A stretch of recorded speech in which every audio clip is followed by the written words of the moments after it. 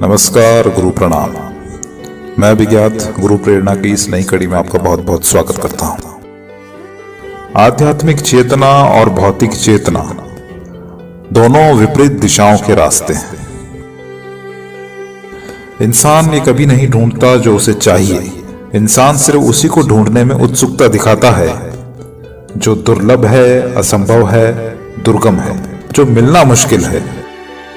यहां से जीवन का बिगाड़ शुरू होता है। इंसान वो पा लेना चाहता है जिसके वो लायक नहीं, जो उसकी प्रतीति नहीं। हजारों लोग बचपन से इंजीनियरिंग, मेडिकल आदि अनेकों विषयों की पढ़ाई में झोंक दिए जाते हैं, बजाय ये देखे कि उनकी मानसिक संरचना क्या है। और आगे चल के ये बच्चे ही जिंदगी भर अपने वजूद को तलाशने के लिए यहां वहां भटकते रहते हैं। दुर्लभता कभी आवश्यकता नहीं बन सकती। हीरा दुर्लभ है पर आवश्यक नहीं। सूरज की किरणें आवश्यक हैं पर दुर्लभ नहीं। उसी तरह दुर्लभ वस्तु पद हासिल करना महत्वपूर्ण और माननीय हो सकता है पर आवश्यक नहीं। वहीं शांतिपूर्ण जीवन जीना परम आवश्यक है पर उसे पाना दुर्लभ नहीं, पर उसकी चिंता कोई नहीं करता। किसी भी आदमी का इच्छाओं से संतुष्ट हो जाना बिल्कुल असंभव है। दुर्लभतम से दुर्लभतम को भी हासिल कर पाना इंसान को संतुष्ट नहीं कर पाता। जो भी वो पाता है वो उसके लिए सामान्य है, और जो सामान्य उसने पा लिया है उसमें से कुछ भी मूल्यवान उसे दिखता ही नहीं। वो तभी दुर्लभ और मूल्यवान होता है जब तक इंसान की पहुंच से दूर उसके ख्वाबों में हो। जैसे ही वो वास्तव में मिल जाता है, साधारण और महत्वहीन हो जाता है। बात उलझी लगेगी, पर अगर जरा सोचोगे तो पाओगे कि इंसान के 99% लक्ष्य मनगढ़ंत दुर्लभता को देखते हुए ही गढ़े गए हैं। वो नौकरी जो दुर्लभ है उसे ही पाना है। वो लड़की जिसे हासिल करना मुश्किल है उससे ही विवाह करना है। वो पदवी, वो सम्मान जो पाना दुर्लभ है उसे ही पाना लक्ष्य है। अगर साधारण दिमाग से कोई सोचेगा तो पूछेगा कि इसमें गलत क्या है, पर अगर सूक्ष्मता से देखोगे तो नींव की ही संरचना को ही गलत बना हुआ पाओगे।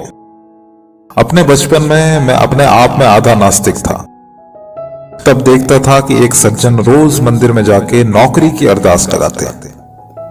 ऐसी तन्मयता से अरदास करते भगवान से कि जैसे भगवान उन्हीं को सुनने बैठा है, और जब तक उनकी बात ना सुन ले वो मानेंगे नहीं। एक दिन भगवान ने सुना, प्रतिष्ठित नौकरी भी लगी। तब मैंने सोचा कि चलो अब तो भगवान का उनसे पिंड छूटेगा। पर जरा साल भर ही बीता होगा कि वो सज्जन खुद तो मंदिर आते ही थे, अब अपने माँ बाप को भी साथ ले आने लगे। नौकरी के बाद अब मांग पत्नी की थी। मैंने सोचा भगवान ने भला करके अपने लिए ही मुसीबत बुला ली लगता है। पहले तो एक ही मांगता था, अब 2 मांगने वाले साथ ले आया है। खैर, भगवान ने अब भी उनकी सुन ली। वही हालत रही होगी भगवान की भी कि मरता क्या ना करता। इच्छा ना पूरी करे तो रोज एक ही ओम जय जगदीश सुनाया जाए, वो भी बेसुरी 3 आवाजों में। खैर, शादी हुई। अब मैंने सोचा कि भगवान की अब तो मांगों से जान छूटेगी, पर नहीं। अब नई मांग तैयार हुई कि घर में लड़का हो जाए। फिर शुरू हुआ ओम जय जगदीश का जाप। जैसे तैसे भगवान ने ये इच्छा भी पूरी कर दी। कुछ साल बीते, वही सज्जन एक चौपाल पे बात करते मिले। घर में पत्नी की कलह से बड़ा परेशान लग रहे थे। अब भगवान से संन्यास मांग रहे थे, वैराग्य मांग रहे थे। कह रहे थे कि भगवान चाहे सब कुछ ले ले पर जीवन में शांति दे दे, संन्यास दिलवा दे, कि घर बार छोड़ के बस सन्यासी हो जाए। बड़ी बचकानी बात है।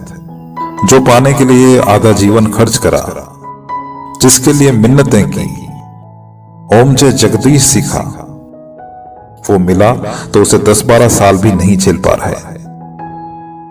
आखिर असल मांग क्या थी? वो धन, पत्नी, ऐशो आराम या ये वैराग्य। ध्यान से देखोगे तो दिखेगा कि जो दुर्लभ था वो तो पा लिया, पर जो आवश्यक है उसे कहीं भूल गए। चाहे कपड़े सोने जड़े कितने भी पहन लें, पर नहाते वक्त उन्हें उतारना ही पड़ता है। आदमी का जीवन बहुत ज्यादा बड़ा नहीं है। जीवन का एक चक्र मांग और पूर्ति में ही निकल जाता है। यही प्रकृति का खेल है। जीवन तुम्हें पूरी आजादी देता है मांगों को चुनने की। तुम जो चाहो वो मांग लो, मगर खेल तुम्हारी इच्छा तुमसे खेलती है। तुम फॉल्स डिमांड करते हो। लोगों को पता ही नहीं है कि उन्हें क्या चाहिए।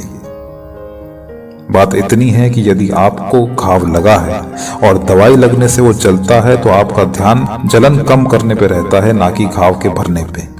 यहां चूक होती है। जो दुर्लभ है उसके पीछे मत भागो, जो तुम्हारे लिए आवश्यक है उसके लिए भागो। अपनी अंतरात्मा की आवाज सुनो। यदि गीतकार बनना चाहते हो, शायर बनना चाहते हो, संगीतकार बनना चाहते हो, अदाकार, लेखक, पत्रकार, जादूगर, चित्रकार, तो वो चुनो और वही बनो। क्योंकि तुम में वो प्रतिभा है, वो लक्षण है, वो दिल की आवाज है। वो ही तुम्हें परिपूर्णता का एहसास करवा सकती है। वरना ओम जय जगदीश तो है ही। मंदिरों के दरवाजे तो हर रोज सबके लिए ही खुलते हैं, पर वो खुले दरवाजे सिर्फ 2 तरीके के लोगों के लिए ही खुले हैं। पहले वो जो ये जानते हैं कि उन्हें भगवान से क्या चाहिए, और दूसरे वो जिनकी चाहत पूरी हो गई है और वो सिर्फ धन्यवाद करने के लिए मंदिर में आए हैं। इसके अलावा जितने भी हैं वो बस अपना वक्त बर्बाद करते हैं। फर्क इस बात का नहीं है कि जीवन में तुमने क्या पा लिया, फर्क इस बात का है कि जीवन में तुमने क्या क्या छोड़ दिया। जो जितना भार छोड़ता है उतना जीवन हल्का हो जाता है, और वही हल्कापन, सीधापन उसे जीवन के असली रंग दिखाता है, जिन्हें रंगीन चश्मे पहनने वाला व्यक्ति कभी नहीं देख सकता। ये तो रही समस्या की बात। अब आखिर ऐसा क्या किया जाए जिससे इस जीवन को सही रूप में देख लिया जाए। असल में जीवन का हर काल अपनी जरूरतें खुद बता देता है। बचपन गेंद मांगती है, जवानी धन और बुढ़ापा लाठी। तुम बार बार जन्म नहीं ले सकते, पर तुम्हारी कामनाएं बार बार जन्मती हैं। इसी कारण तुम कभी भी तृप्त नहीं होते और उन कामनाओं की परछाई बनके उनके इर्द गिर्द चक्कर लगाते हो। तो अगर जानना है कि आपकी असली आवश्यकता क्या है, तो बड़ा साधारण सा काम करना है। बस एक सूची का निर्माण करिए, जिसमें आप वरीयता क्रम में ये लिखिए कि अगर आपको पूर्णता आजादी मिल जाए कुछ भी बन जाने की, तो आखिर खुद के लिए आप क्या बन जाना चाहेंगे। हो सकता है कि आप बहुत कुछ बन जाना चाहते हो, पर उन सबको वरीयता क्रम में लिखिए। आपकी तीसरी वरीयता आपका जवाब होगा। ये कुछ मेरे विचार थे।